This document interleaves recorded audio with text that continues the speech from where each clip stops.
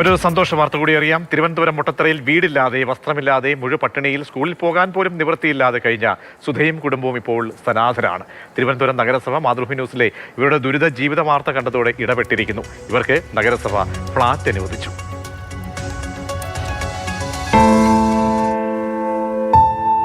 മുട്ടത്തറ കല്ലുമുടിലെ ഈ വീടിന് മുന്നിൽ കൂടി പുത്തൻ വസ്ത്രങ്ങളും അണിഞ്ഞ പുതിയ ബാഗും തൂക്കി പുസ്തകങ്ങളുമായി മറ്റു കുട്ടികൾ സ്കൂളുകളിലേക്ക് പോകുമ്പോൾ അതെല്ലാം നോക്കി മാത്രം നിൽക്കേണ്ടി വരുന്ന 2 കുട്ടികളുണ്ട് ഈ വീടിന്റെ ഉള്ളിൽ.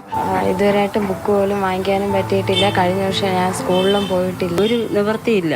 ഭക്ഷണത്തിന് പോലും ആരും സഹായിക്കണമില്ല. ഇതായിരുന്നു ഞങ്ങൾ കാണുമ്പോൾ സുധയും കുടുംബവും. സ്വപ്നം പോലും കാണാൻ കഴിയാത്ത ദുരിത ജീവിതം. മാതൃഭൂമി ലോകത്തിന് മുന്നിൽ ഈ ദുരിത കാഴ്ചയെക്കുറിച്ച് പറഞ്ഞ് 2 രാത്രി ഇരുണ്ട് വെളുത്തപ്പോൾ ഇവർക്കായി അടച്ചുറപ്പുള്ളൊരു വീട് നഗരസഭ നൽകിയിരിക്കുകയാണ്.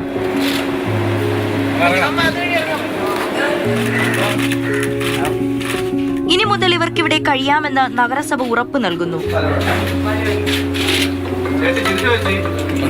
2 പെൺമക്കളും അതുപോലെ തന്നെ അമ്മയും അതുപോലെ അവരുടെ അമ്മയും, അങ്ങനെ 4 പേരാണ്. അപ്പോൾ അവരുടെ കഷ്ടപ്പാട് കണ്ടുകൊണ്ട് തന്നെ അവരതിൽ നിന്ന് മാറ്റുന്നതിന് വേണ്ടി പെട്ടെന്നൊരു ഇടപെടൽ നടത്തണമെന്ന് തീരുമാനിച്ചതിൻ്റെ അടിസ്ഥാനത്തിലാണ് നഗരസഭ വേഗം മാറ്റിയിട്ടുള്ളത്. അപ്പോൾ ഇന്നു മുതൽ ഈ അടച്ചുറപ്പുള്ള വീട്ടിൽ അവർക്ക് താമസിക്കാം. നഗരസഭ അതിന് അവരോടൊപ്പം ഉണ്ടാകും.